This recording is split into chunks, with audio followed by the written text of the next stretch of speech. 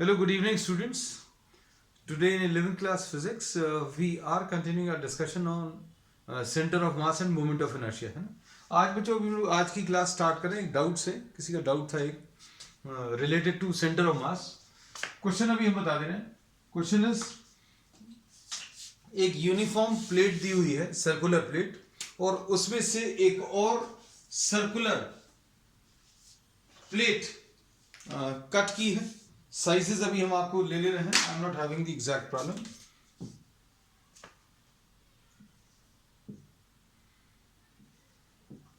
Given a circular plate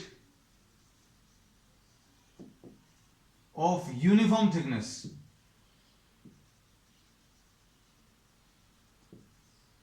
of radius 28 centimetre. Statement इसलिए लिख दे रहे हैं so that you can feel the problem actually कैसा होता है। Given a circular plate of uniform thickness of radius 28 centimetre and a circular hole of radius 21 centimeter is cut at the edge। किनारे से बच्चों क्या किया, एक 21 सेंटीमीटर का एक होल कट कर दिया। अब इसके बाद as shown in the figure, चलो as shown in the figure, find the position of center of mass। अब इसमें ऐसा कुछ दिया हुआ बच्चों, देखो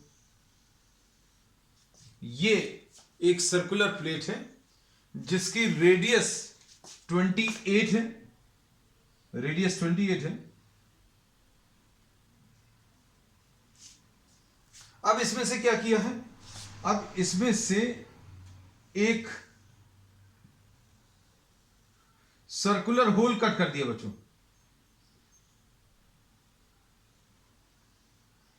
अ circular hole is cut from the edge, यहां से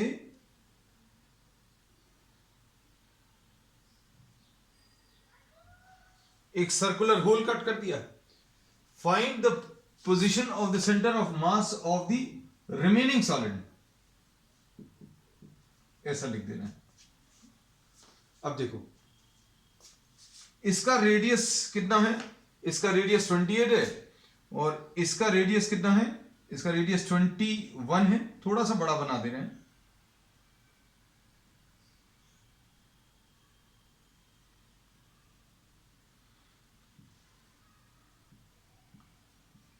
(21 centimetre) and now what they are saying, you have to find out the centre of mass of the remaining solid. अब इसका अभी हम लोगों को सेंटर ऑफ मास कैलकुलेट करना। तो अब हम लोग इसमें क्या यूज करेंगे, we will use the concept of centre of mass, R for centre of mass और X for centre of mass is equal to m1 x1 plus m2 x2 plus m3 x3 and so on upon m1 plus m2 plus m3 and so on. ऐसा कुछ use कर सकते हैं। This is the formula which we will be using. अब इसमें ध्यान से देखना, यहां पर दो मासेस हैं इन्वॉल्व। एक तो ये कंप्लीट मास है 28 सेंटीमीटर का एक सर्कुलर प्लेट है। अब इसमें दूसरा एक मास है जो ऐड नहीं किया, आपने रिमूव किया है ना। You are not adding the second mass. अब आप क्या कर रहे हो, सेकेंड मास को वहां से रिमूव कर रहे हो, है ना। तो अब हम लोग इसमें फॉर्मूला जो यूज करेंगे वो ऐसा कुछ रहेगा, x for the centre of mass will be equal to m1 x1 minus m2 x2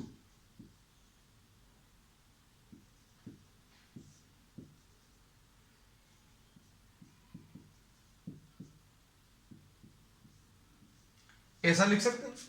हम लोगों ने ये जो फॉर्मूला यूज करना है, ध्यान से देखना, this we will be using for two masses, क्योंकि दो मासेस इन्वॉल्व हैं। एक तो 28 सेंटीमीटर की एक प्लेट है और एक 21 सेंटीमीटर रेडियस की एक प्लेट है। तो इसको कैसा लिखेंगे, m1 x1 plus m2 x2 upon m1 plus m2, ऐसा कुछ यूज करेंगे। बट दिस सेकेंड मास, ये जो सेकेंड मास है, ये जो एक 21 सेंटीमीटर की जो डिस्क है या प्लेट है, सर्कुलर प्लेट है, वो आपने ऐड नहीं की, रिमूव की है। आप ये रिमूव कर रहे हो, इसलिए यहां पर माइनस एम टू ऐसा कुछ यूज करेंगे।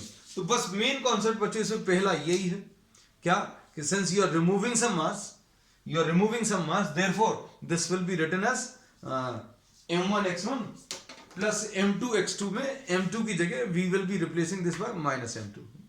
अब इसमें प्रॉब्लम अगर ऐसा कुछ होता कि आपने ये लिया और इसके साइड में एक प्लेट और ऐड कर दी, find the centre of mass, या फिर ऐसा कुछ दिया होता कि आपको एक सर्कुलर प्लेट दिया है, आपने यहां पर एक स्क्वायर प्लेट लगा दी और यहां पर एक और सर्कुलर प्लेट ऐड कर दी, तो यहां पर तीन मासेस ऐड कर रहे हैं, तो m1x1 plus m2x2 plus m3x3 upon m1 plus m2 plus m3 ऐसा यूज कर सकते थे।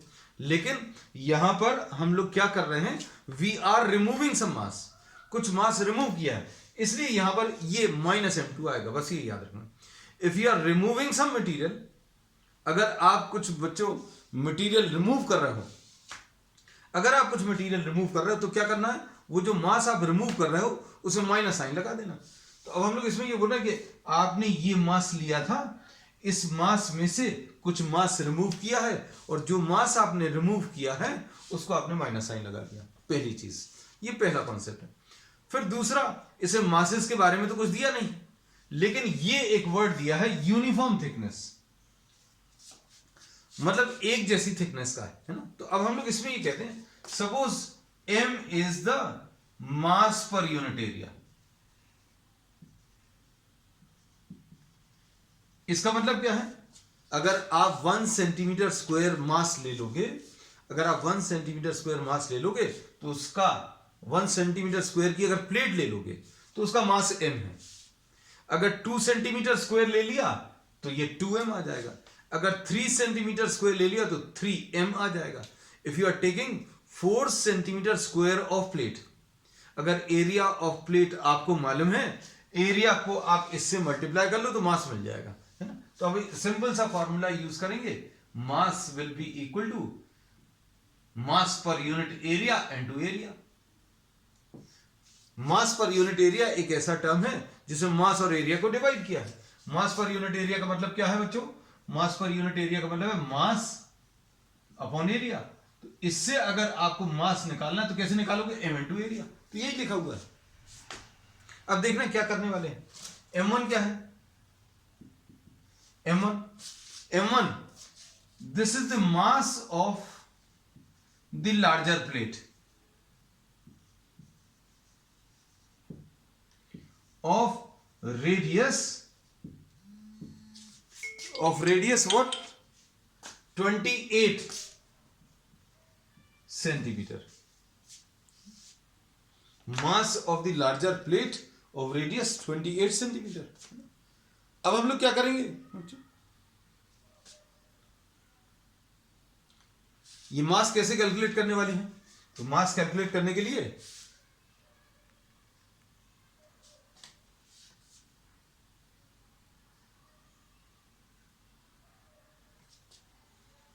m इंटू एरिया ले लो, और एरिया कैसे मिलेगा, एरिया भी हम लोग मालूम है, ये प्लेट का जो साइज है बच्चों, ये सर्कुलर प्लेट है, और इस सर्कुलर प्लेट का एरिया कैसे मिलेगा, pi into r square, pi into what, r square.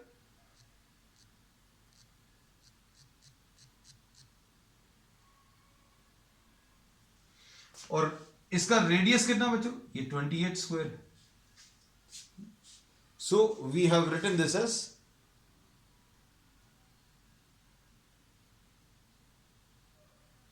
pi into 28 square, mass into area कर दिया, तो इसका एरिया भी हम लोग को मालूम है कितना, area will be pi into 28 square. m2 mass of the portion removed, जो पोर्शन अभी आप रिमूव कर रहे हो बच्चों उसका मास। अब वो जो रिमूव किया है वो क्या है, सर्कुलर शेप है ऑफ रेडियस 21 सेंटीमीटर। जो भी हम लोगों ने पोर्शन रिमूव किया है बच्चों, वो क्या है? मास है। वो एक मास है जो आपने सर्कुलर पोर्शन रिमूव किया, वो एक मास है। उसका मास कैसे निकालेंगे आप? फिर से मास of the portion which is remove, this is of circular shape, और इसका रेडियस कितना है? 21। तो ये कैसे निकालेंगे? m को आप फिर से किससे? एरिया से मल्टीप्लाई कर दो। तो कितना एरिया रिमूव किया है? तो ये भी सर्कुलर शेप है, पाई इंटू 21 स्क्वायर। तो बच्चों ये m1 आ गया, ये m2 आ गया। अब हम लोग क्या करेंगे? देखो x1 क्या है? अब सपोज बच्चों अभी हम लोगों को कैलकुलेशंस अगर करने हैं तो कैलकुलेशंस किसी एक पॉइंट से डिस्टेंसेस मेजर करने पड़ेंगे। तो suppose this is taken as the origin. ये बच्चों एक्स एक्सिस है, ये वाई एक्सिस है ना? अब देखना ध्यान से,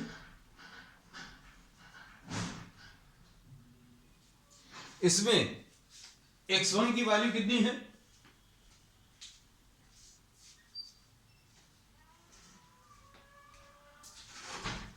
x1 की वैल्यू मतलब ये जो पहला मास था m1, उसका इधर ओरिजिन से डिस्टेंस कितना है? इस ओरिजिन से ये पहली प्लेट का डिस्टेंस कितना है? उसको x1 बोलेंगे। तो ये x1 कितना बच्चों? x1 रेडियस के बराबर आ जाएगा। तो यहां पर लिख दे रहे हैं x1 की वैल्यू बच्चों 28 आ गई। x1 is the distance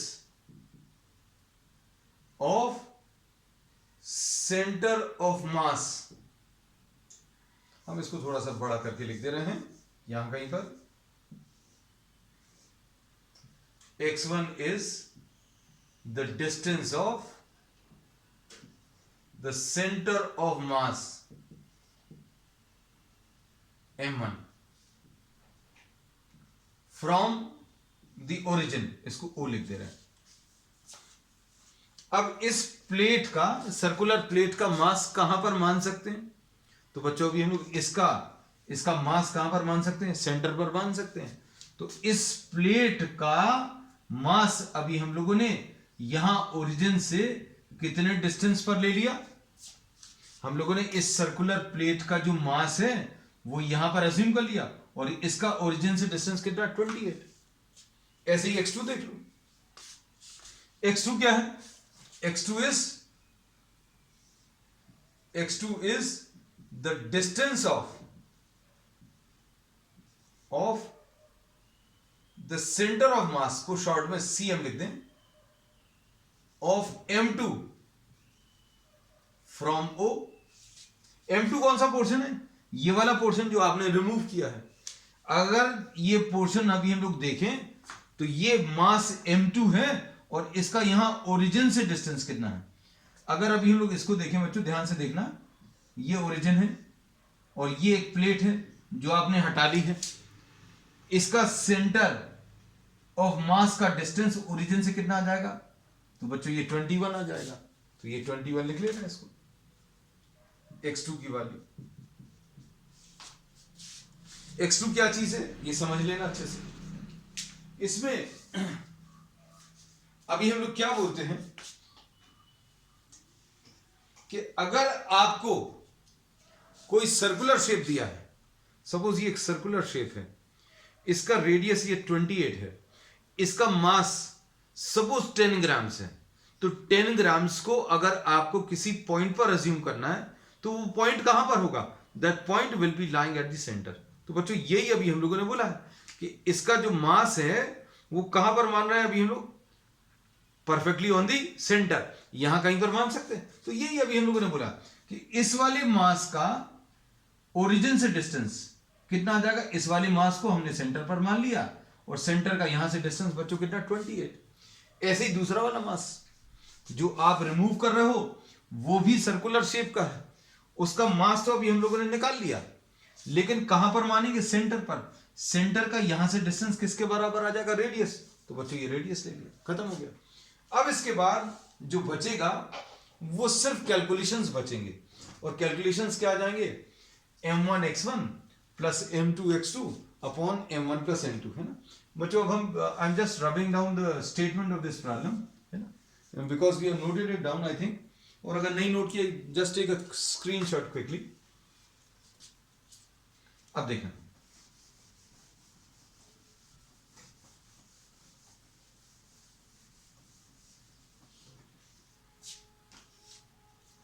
m1 कितना है, m1 की value m into pi into 28 square into x1 कितना है, x1 की वैल्यू, तो x1 की वैल्यू बच्चों 28 है, प्लस प्लस की जगह बच्चों यहां पर क्या आ जाएगा, माइनस आ जाएगा, तो m2 कितना है, m2 लिख लेना, m into pi into 21 square, m2 लिख लिया, माइनस साइन भी लिख लिया। अब x2, तो x2 की वैल्यू बच्चों कितनी, 21 लिख ली, अपॉन m1 28 माइनस 21। बस अब आपको इसको सॉल्व करना है। अब इसमें थोड़ा सा सोच कर देखना बच्चों, इसमें सोचना क्या है हम आपको बता दें, वो भी तो बताना है कि आपको इसमें सोचना क्या है। हम लोग इसमें ये कह रहे हैं कि अगर ये 10 ग्राम्स है तो इसका यहां से डिस्टेंस सेंटर ऑफ मास का कितना है, 28 है। अब हम लोगों ने क्या किया, यहां पर एक होल कर दिया, तो यहां पर तो थोड़ा खाली हो गया, यहां पर ये पोर्शन खाली हो गया, है ना। तो अब हम लोग क्या बोलेंगे, मास पूरा का पूरा कहां की तरफ है, टुवर्ड्स द राइट साइड। तो सेंटर ऑफ मास जो अभी एग्जैक्टली सेंटर पर आ रहा था, अब वो कहां की तरफ, राइट की तरफ शिफ्ट हो जाएगा। बिफोर डूइंग दी कैलकुलेशंस इतनी अभी हम आपको हिंट दे रहे हैं, अच्छे समझना। हमने बोला कि अगर आप इसमें से कुछ पोर्शन रिमूव कर देते हैं, suppose you are removing this portion, इतना पोर्शन अगर आपने रिमूव कर दिया, if you are removing this portion, तो क्या होगा, अभी तक पूरा मास था, तो ये पूरे मास का सेंटर ऑफ मास कहां पर लाई कर रहा था, सेंटर पर। 10 ग्राम्स है, कहां पर मान सकते हैं, सेंटर पर मान सकते हैं। लेकिन अब आपने क्या किया, इधर तो बिल्कुल खाली कर दिया। अगर इधर खाली हो गया तो पूरा मास कहां पर बचा, इधर पर, सिर्फ इधर पर। तो इसका सेंटर ऑफ मास बच्चों कहां की तरफ शिफ्ट हो जाएगा, राइट की तरफ, क्योंकि लेफ्ट में थोड़ा सा खाली हो गया है। मास कहां पर बचा हुआ है, सिर्फ राइट साइड में। तो अब देखो, now we try to calculate, जो बात अभी हम कह रहे हैं वो सही आ रही है कि नहीं। m1 माइनस m2 कुछ गलत लिख दिया, हाँ किसी बच्चे ने मैसेज किया, यस बच्चों, m into pi into 28 square minus m into pi into 21 square. बस इसको सॉल्व करना है। अब इसमें देखो क्या चीज कॉमन ले सकते हैं, m इंटू पाई कॉमन आ जाएगा ऊपर, m इंटू पाई कॉमन नीचे, क्या बचेगा, m इंटू पाई कॉमन ले लिया तो 28 का क्यूब माइनस 21 का क्यूब, और m इंटू पाई कॉमन ले लिया तो ये 28 का स्क्वायर माइनस 21 का स्क्वायर, ऐसा कुछ आता है। m इंटू पाई, तो ये 28 क्यूब माइनस 21 क्यूब अपन 28 स्क्वायर माइनस 21 स्क्वायर, है ना। इसको सॉल्व कर लो बच्चों। अब सॉल्व करने में भी थोड़ा सा अगर आप सोचेंगे तो कैलकुलेशन अच्छे से हो जाएंगे, नहीं तो कुछ बच्चे क्या करेंगे, 28 क्यूब देखा तो 28 को 3 बार मल्टीप्लाई करना शुरू कर देंगे। अब देखो इसमें अभी हम लोग क्या बोलते हैं,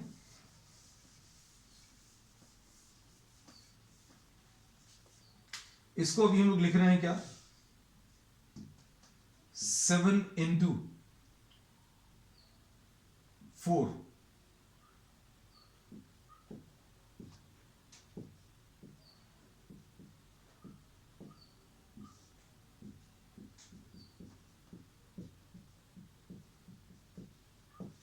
देखो क्या कर सकते हैं, देखा आपको हम लोगों ने क्या किया है, हम लोगों ने 28 के फैक्टर्स निकाल लिए, 7 4s आर 21 के भी फैक्टर्स निकाल लिए, है ना। 21 के क्या आ जाएंगे, 7 3s आर। अब इसमें क्या होगा बच्चों, 7 स्क्वायर कॉमन ले सकते हो,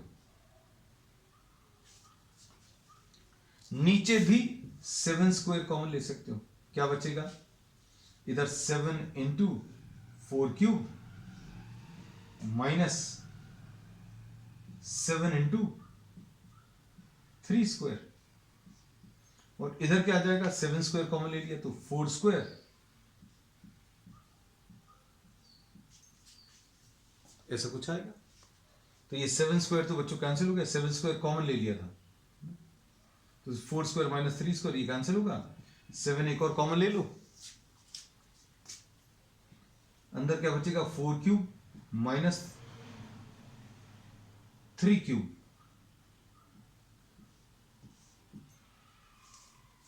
divided by,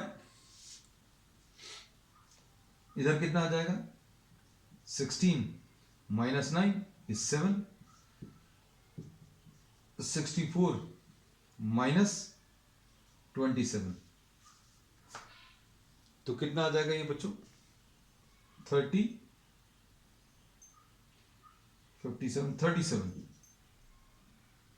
37 centimetre will be the answer. मतलब क्या है, मतलब इसको समझो आप अच्छे से, ये कितना शिफ्ट हो गया है अपनी जगह से, तो हम लोग बता सकते हैं ये अपनी जगह से,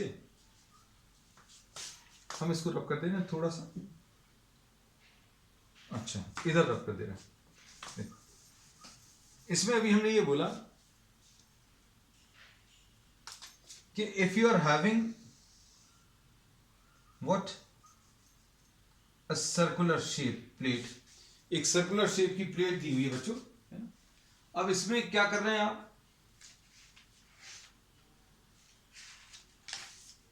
आप इसमें से एक पार्ट रिमूव कर रहे हो,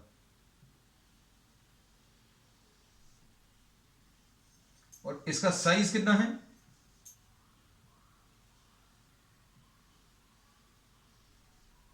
इसका साइज ये 21 है, और इस प्लेट का साइज कितना था बच्चों 28, है ना? तो जो मास अभी,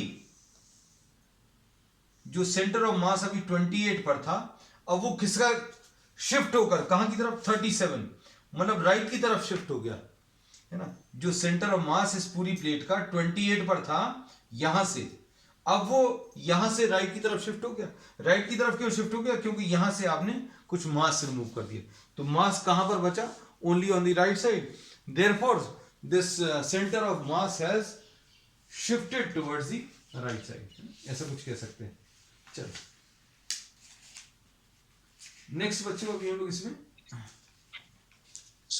next we are taking another example for what the centre of mass.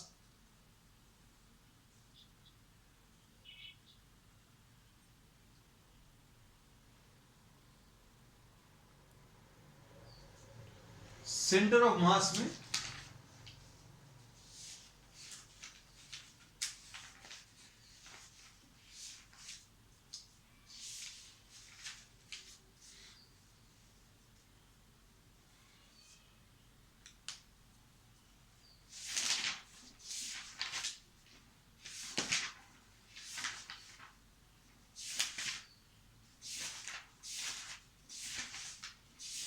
we are taking another problem related to center of mass in which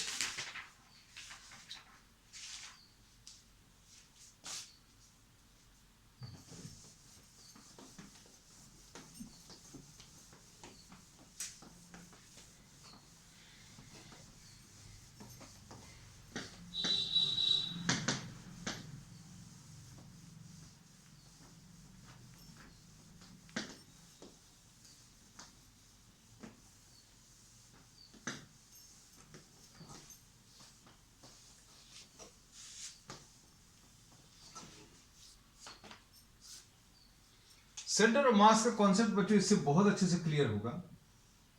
suppose you are having a square plate and on from the square plate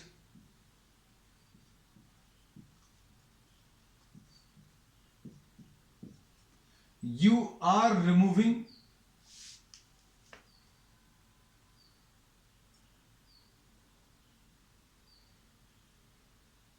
another square plate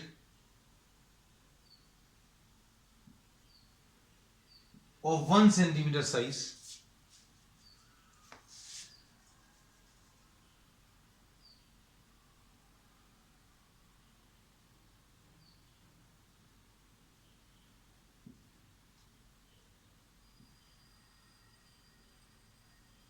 ये भी आपने इसमें से remove किया है, और this is symmetrically drilled into the square plate, और इसका यहां से सेंटर से डिस्टेंस बच्चों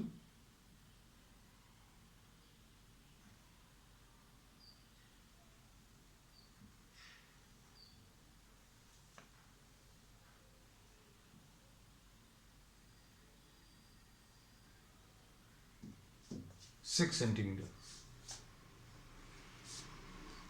आपने ये 6 सेंटीमीटर डिस्टेंस पर from the left edge you are removing a square hole या स्क्वायर प्लेट। अभी आप स्क्वायर प्लेट में से एक स्क्वायर होल कर दिया। अब इसमें find the centre of mass of the remaining portion. Centre of mass of the remaining portion अगर आपको निकालना तो करने का तरीका बिल्कुल ऐसे ही रहेगा। A1 कितना आ जाएगा बच्चों? A1 आ जाएगा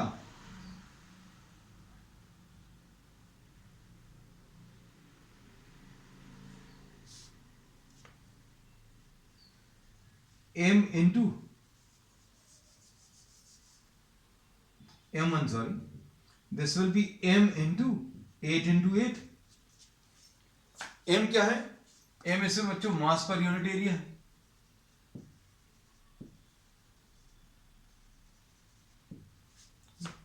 अब इसका यहां से डिस्टेंस कितना है सेंटर ऑफ मास का?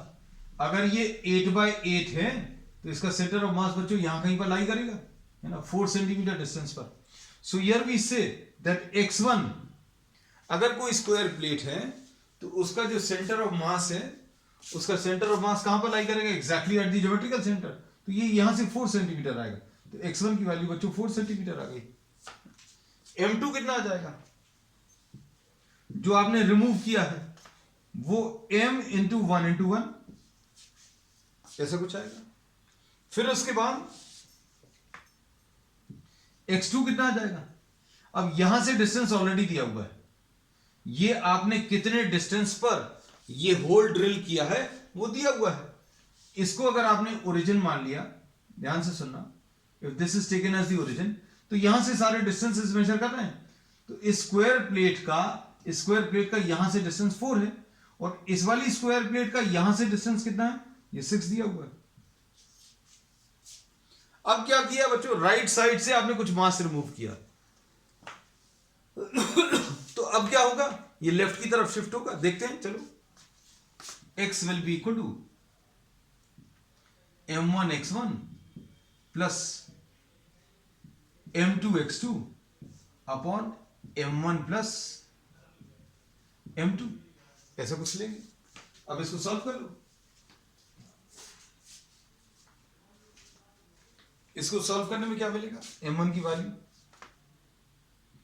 m into 8 into 8 into 4 plus m2, plus नहीं आएगा बच्चों, यहां पर माइनस आ जाएगा, m इंटू 1 इंटू 1 इंटू कितना 6 divided by m1 minus m2, तो ये आ जाएगा m इंटू 8 इंटू 8,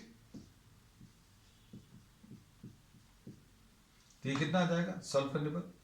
m तो पूरे में से कॉमन निकल कर कैंसिल कर सकते हैं, तो ये आ जाएगा 8 into 8 into 4 minus 6 divided by, ये कितना आ जाएगा? 8 8 जा 64, 64 इंटू 4 256, ठीक, 256 माइनस 6 250 अपॉन 63। तो अब क्या होगा? ये कैंसिल करके सॉल्व करके चेक करके देख लेना इसमें कितना आ रहा है। 4 टाइम्स जा रहा है क्या? 4 3 जा 12, 4 6 जा 24, 252, है ना। 4 टाइम्स नहीं आ रहा, ये 3 पॉइंट कुछ आएगा ना, 3.9 कुछ आएगा, है ना। What has happened to the centre of mass? The centre of mass जो 4 पर था अब वो लेफ्ट की तरफ शिफ्ट हो गया। क्यों? क्योंकि राइट में कुछ मास खाली हो गया, राइट में आपने कुछ मास रिमूव कर दिया, मतलब क्या होगा? सेंटर ऑफ मास लेफ्ट की तरफ शिफ्ट होगा। तो ये फील आना चाहिए बच्चों कि सेंटर ऑफ मास जो है, इससे अभी हम लोग क्या कैलकुलेट करने की कोशिश कर रहे हैं। अब अगर आपने इसी क्वेश्चन को, अभी हम इसमें थोड़ा सा और वेरिएशन कर दे रहे हैं, इसको जल्दी से नोट कर लो। ये क्वेश्चन नंबर 2 था, है ना। अब इसी में अभी हम एक वेरिएशन करके क्वेश्चन नंबर 3 ले ले रहे हैं।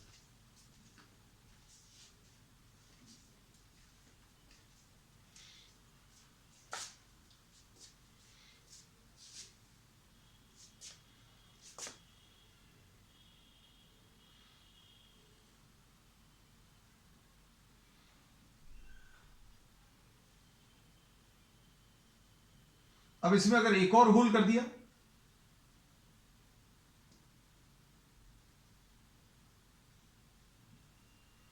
वन सेंटीमीटर साइज का, क्वेश्चन नंबर 3। अब इसका सेंटर से डिस्टेंस बच्चों, यहां से डिस्टेंस 2 है,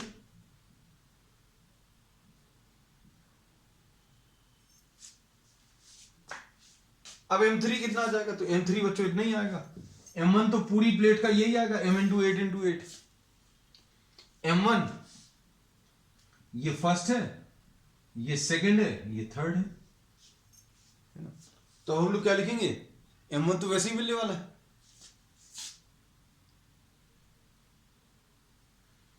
M1 m इंटू 8 इंटू 8, और उसका डिस्टेंस 4 आ जाएगा। X1 की वैल्यू बच्चों कितनी आ जाएगी? 4, ठीक है। M2 बिल्कुल वैसे ही है, इसमें कोई चेंज नहीं। अब M3 देखो, M3 आ जाएगा m इंटू 1 इंटू 1, और X4 बच्चों, X4 की वैल्यू 2 दी, X3 की value, I am sorry, X3 की वैल्यू 2 दिया।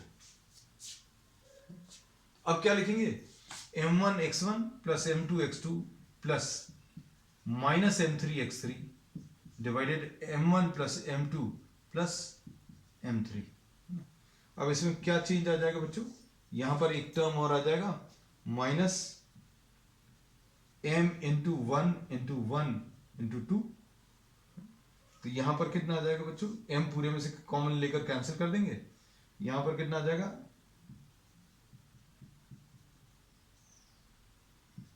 यहां पर -1 आ गया, यहां पर -2 आ गया, है ना?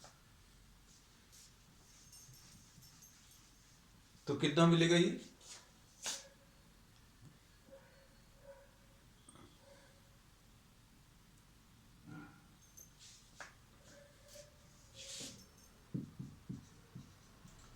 टू 48